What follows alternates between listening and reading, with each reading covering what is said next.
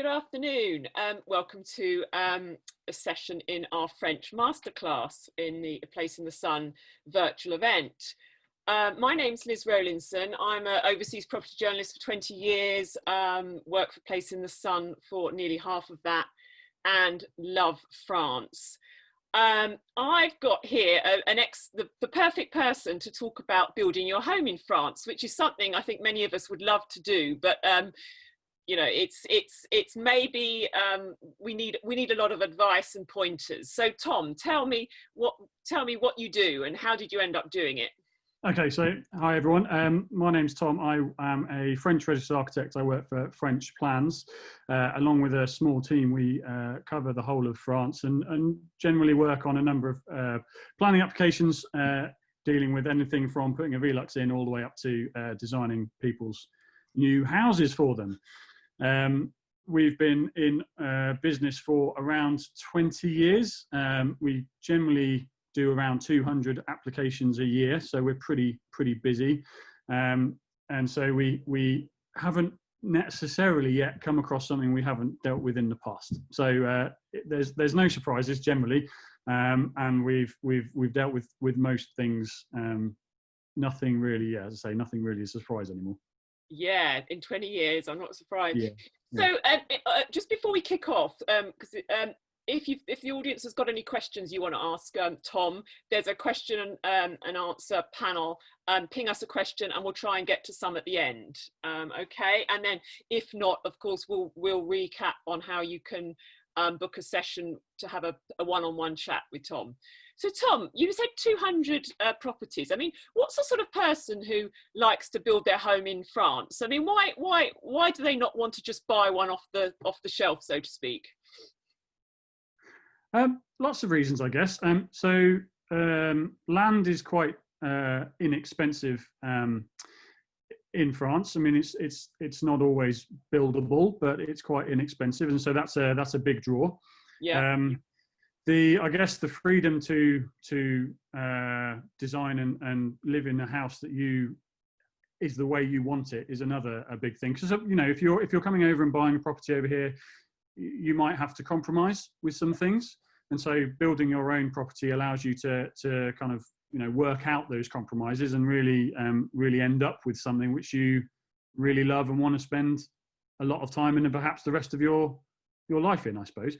Obviously, there's a big demographic of people who come over here to retire, and so living in a house which you don't have to do anything to, there's no ongoing maintenance necessarily, there's no renovations to do, is a big plus. And so we deal with lots of people who have a dream that maybe they couldn't fulfill in the UK, but due to the kind of inexpensive nature of land in France, it becomes slightly more possible, I guess. Yeah. Okay, and so I mean, can you just give us a taste of something you're working on at the moment, or that you've recently done? Just a brief snapshot. Yes. So we recently did some work for a client down in the Pyrenees. So he already owns a property down there, which he didn't design but just bought, but has a large garden, which he decided he wanted to try to build a house on the rest of his garden, so to speak. And so we went through the process of gaining, in effect, a outline approval called a Certificat d'Urbanisme for the land, which is where we generally start with new houses. We have to make sure that in principle, you can design your house. So without spending a huge amount of money, we can get an opinion from the planners that they would say, if you submitted a planning application, it would be favourably received and you're likely to get your approval. So we went through the CU, and it came back and it was positive. The planner said, yes, we think we can build a house here. We then worked up the design with our client, and we got to a position where we were designing him a 4-bed, 2-bath house on the plot. in his case, it was an upside down house. So all of the bedrooms are on the ground floor, all the living rooms on the first floor to maximise the views he's got, because he's got stunning views of the Pyrenees where he is. So that was one of the things he wanted to capitalise on. So we were able to do that, because if he just went and bought somewhere, he might not have the ability to do that. So that's what he wanted to do. And we're just in the process at the moment of finalising the work for the planning application, so the application for the permis de construire, which will go in the next few weeks. And we submit that along with associated reports to do with drainage and services. And then we follow through that with the planners. So effectively, we're the client's agent in France. So he lives in the UK. His current house is a holiday home. And so we manage that whole process all the way through until we get an approval, hopefully. We haven't quite, we haven't got to that point yet, but that's where it's likely that's where we'll get to in the next 2 months, because the planning process is around 2 months after you submitted. I was going to say, how long? I mean, how long is a piece of string? But I mean, you're typical in 20 years. You've got a lot of things to go on. I mean, what is the typical length of the process from the first meeting and chat they have with you to talk about their dream, to finding the land, to the plans, and then completion?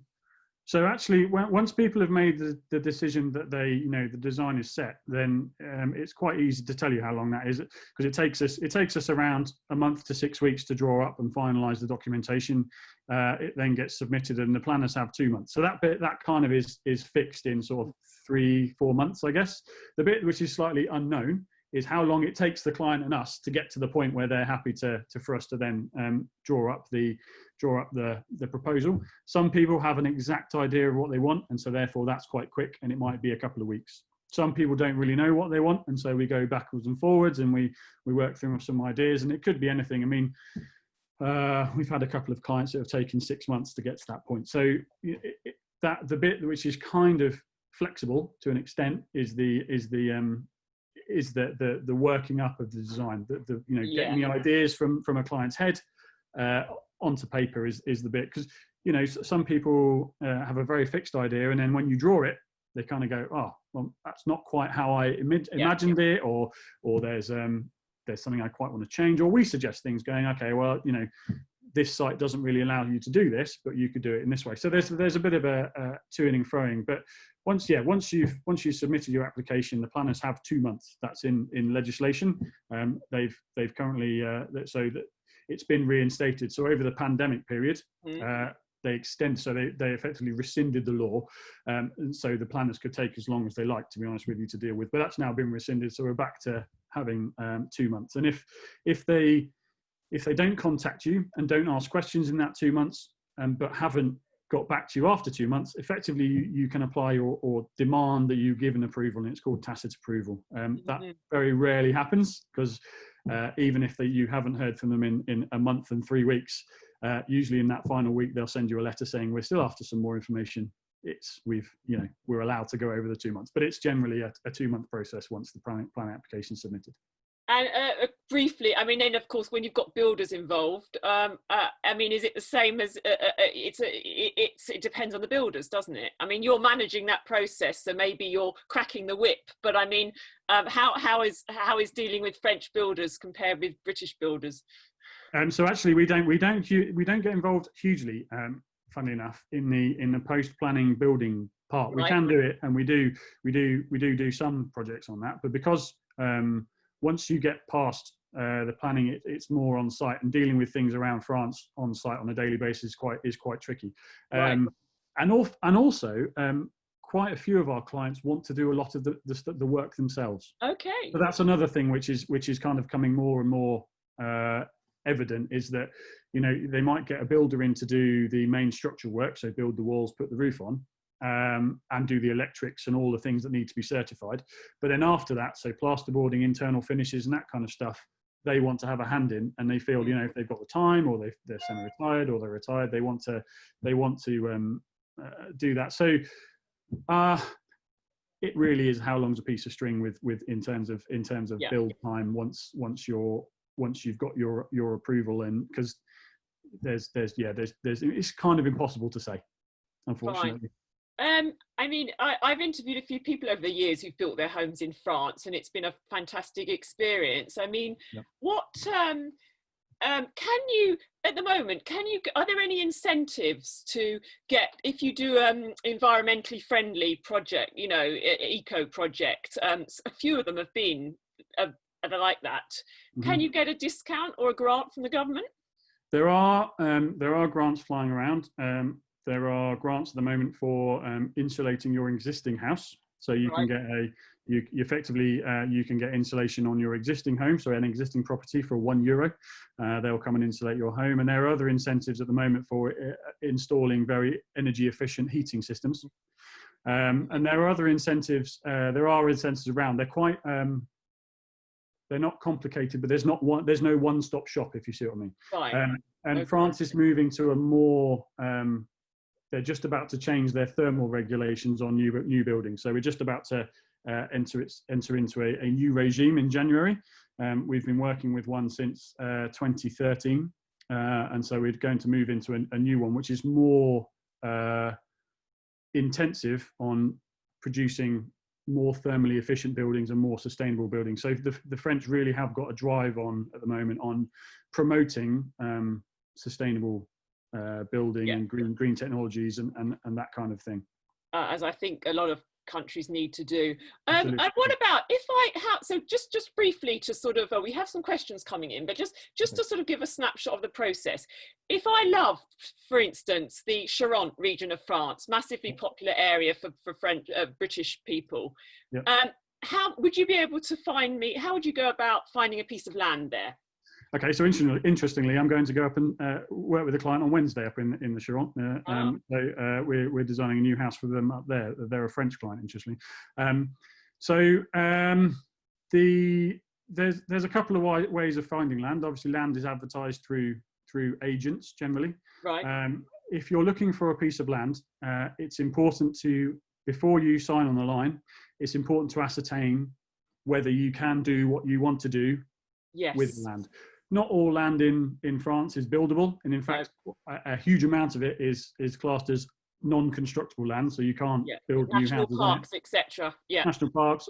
There's a bit of a drive at the moment to retain agricultural land as agricultural at the moment as well. So one of the first steps, if you are interested in a piece of land, is to get that certificate d'urbanisme if it hasn't got one already. Or to make sure that the one it has got is currently valid, so they have a time limit. Mm-hmm.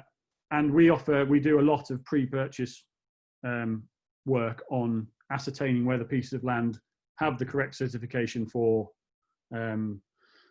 what people want to do with them. So whether to build a new house or convert a barn or whatever it is you're going to be doing. Now you can, when in the process of purchasing that piece of land, you can put into the sales contract clause suspensives, which effectively protect you. So you could say, I'm not going to go through this project unless I get my correct CU, or if you can prove to me that it's already got a CU. So effectively, if the vendor can't come back and say, yes, it's all done, you can pull out of the purchase, you get your deposit back, and you go your separate ways. So that would be the big thing. We have had clients in the past who have bought pieces of land who haven't done the work, and effectively end up with a field they can't do anything with. Yeah, and that's an interesting point, isn't it? About the which is going to lead into one question, which I think will come into the idea of cost. I mean, land, the cost of a project, apart from the cost of the build itself and the services, it's actually the land. It's how easy to do the foundations and connect all the services, isn't it? Yeah, so it's not just, so a large part of we say a large part of a new build, for instance, is actually all taken up in the ground. So there's big areas of France where subsidence is a problem. So you have to make sure you're overcoming that. You have to make sure that their services are close, because if you do happen to get a permission to build your house away from a village, the cost of bringing services to that site might be quite high. If they have to string new electricity, or if they have to install new water pipes or anything like that, that all adds up, and those service costs in France can be quite high.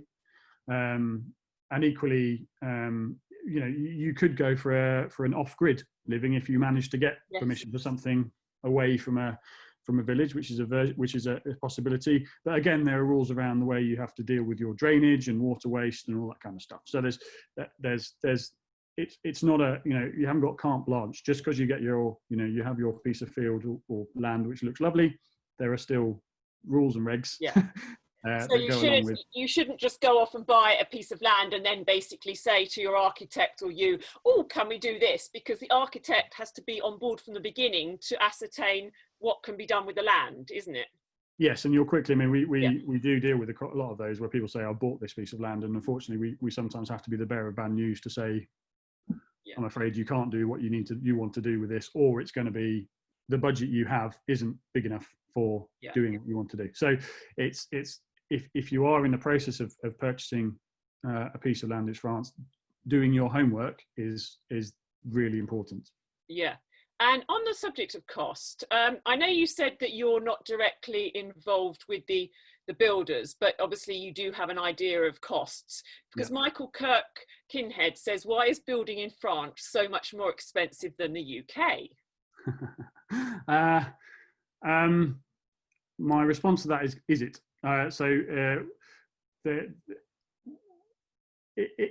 The cost of building in France varies wildly geographically. So if you're trying to build something on the Côte d'Azur, for instance, you would be looking at quite a high per meter square cost. If you're looking at building something in the Limousin or the Charente area, it will be slightly less, I would guess. It's always worth, asking around and getting different quotes for builders. There is an onus on the builders to have levels of insurance. So obviously that increases the price to an extent.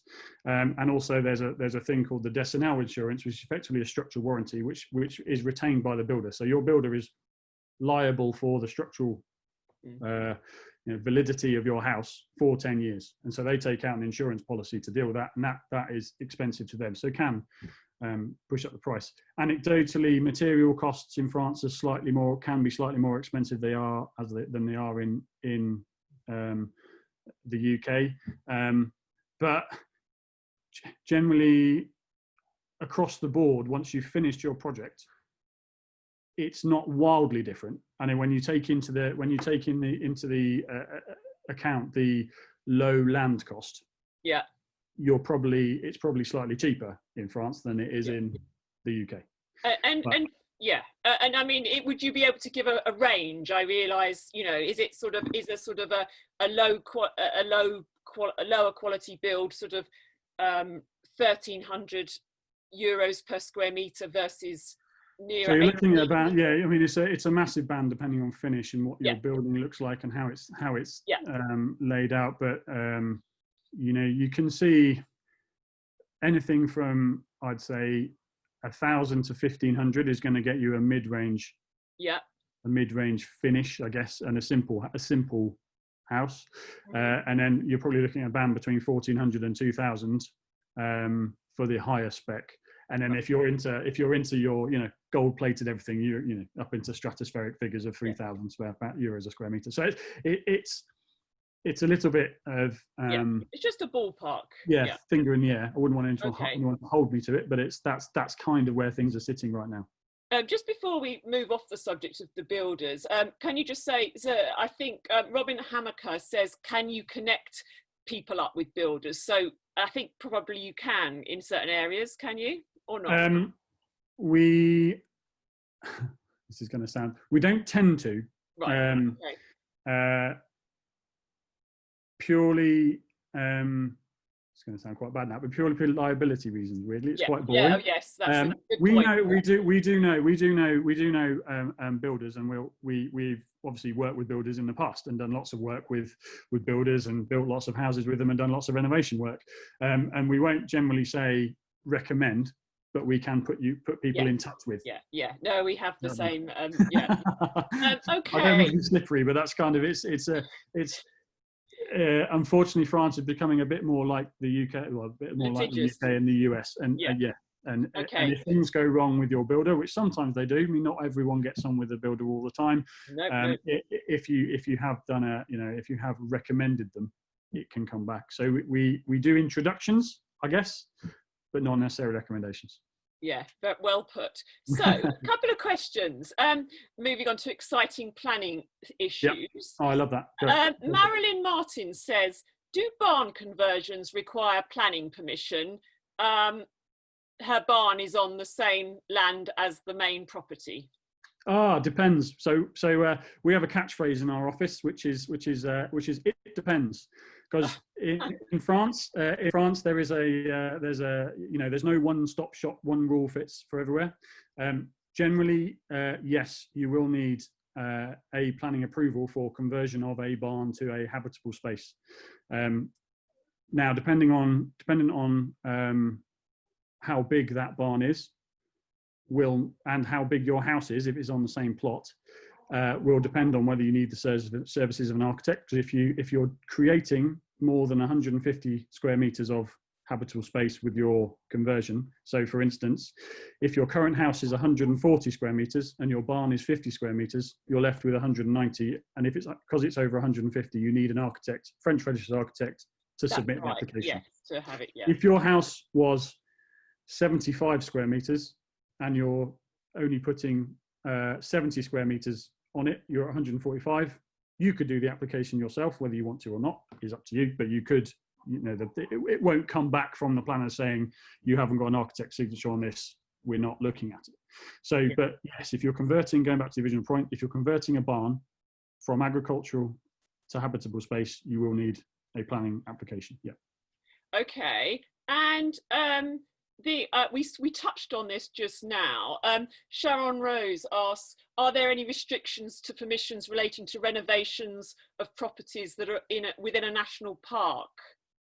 Yes. So the national park areas are quite, they drill down on planning applications. So generally, the general rule on planning, the requirement for planning applications in France is, if you're changing the external appearance of the property in any way, you need an application for it, be that putting in Velux windows, adding an extension, converting a barn, because effectively you're changing the external appearance. Yep. You need an application, and there are varying levels of complexity of application that you need to submit depending on what you're doing. Now in national parks, that kind of requirement for an application becomes even stricter. So they're even more strict about what you can do.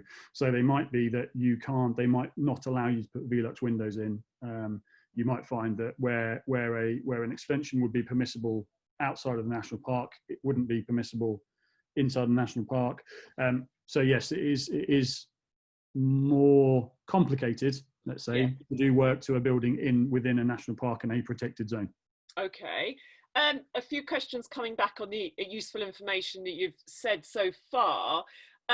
Laura Stevenson asks, are the incentives for insulation and that you've mentioned already, can you get those on second homes rather than just primary homes?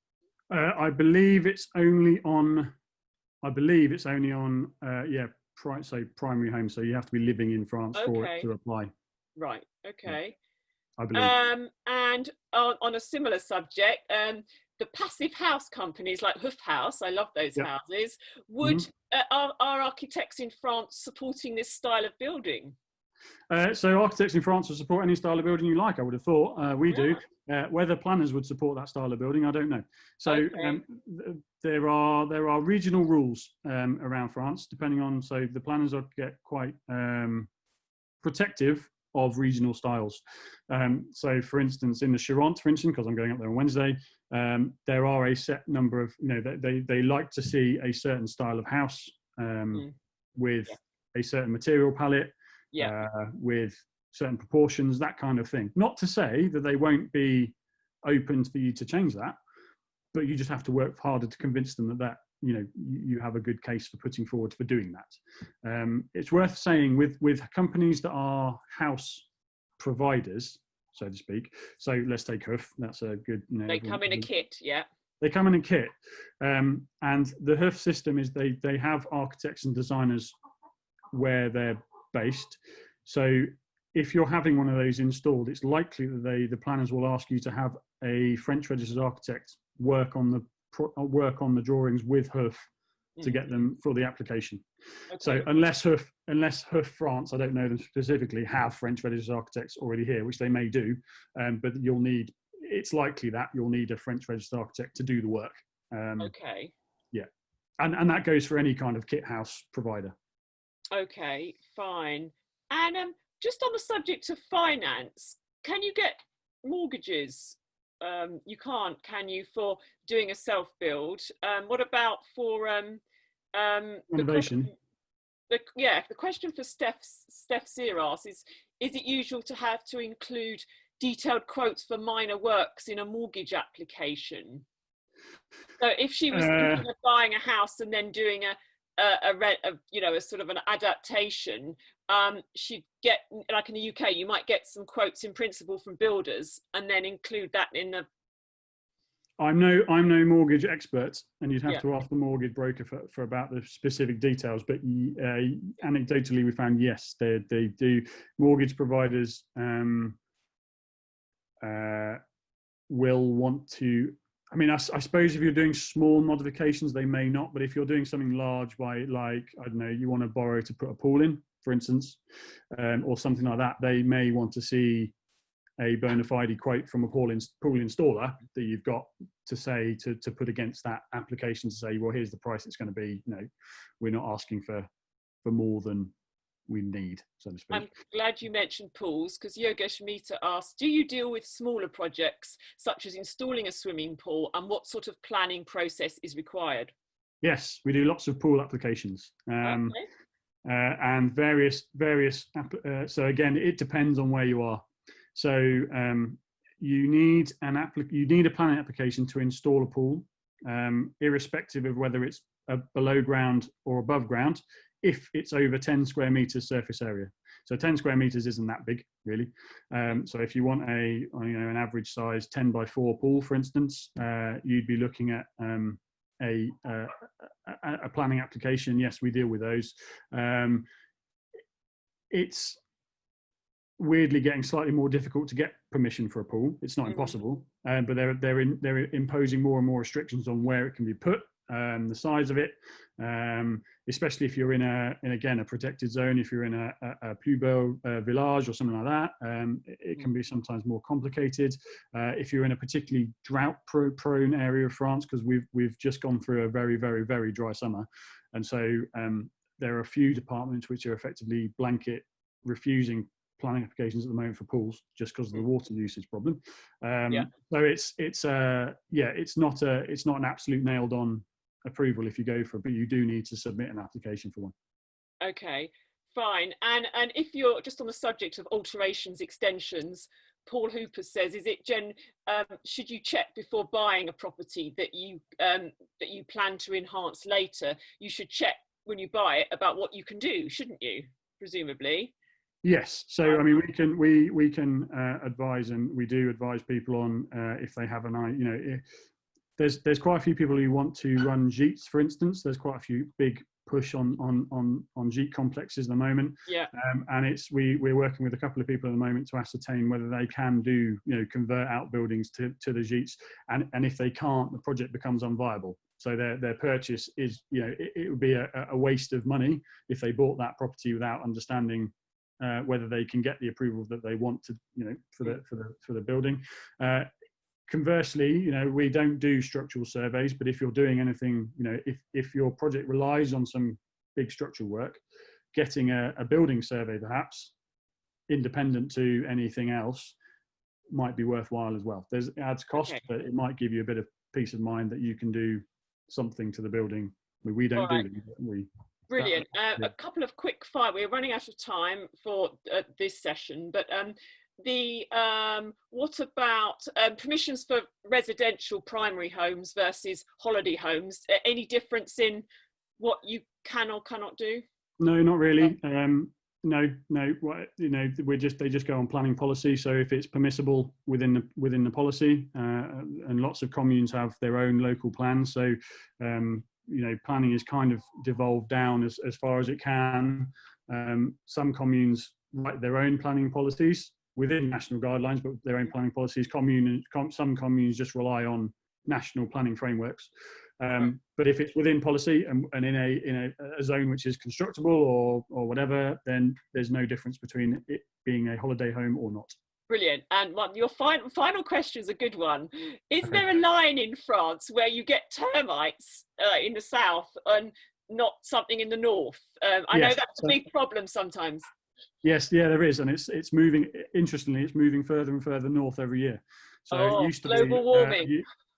Yeah, well, quite possibly. It used to be kind of the Charente, Loire kind of area. There used to be a line, and now it's moved slightly further north than that. So there is generally, if you're in the southern half, you can expect to have a termite survey as part of your purchase diagnostics.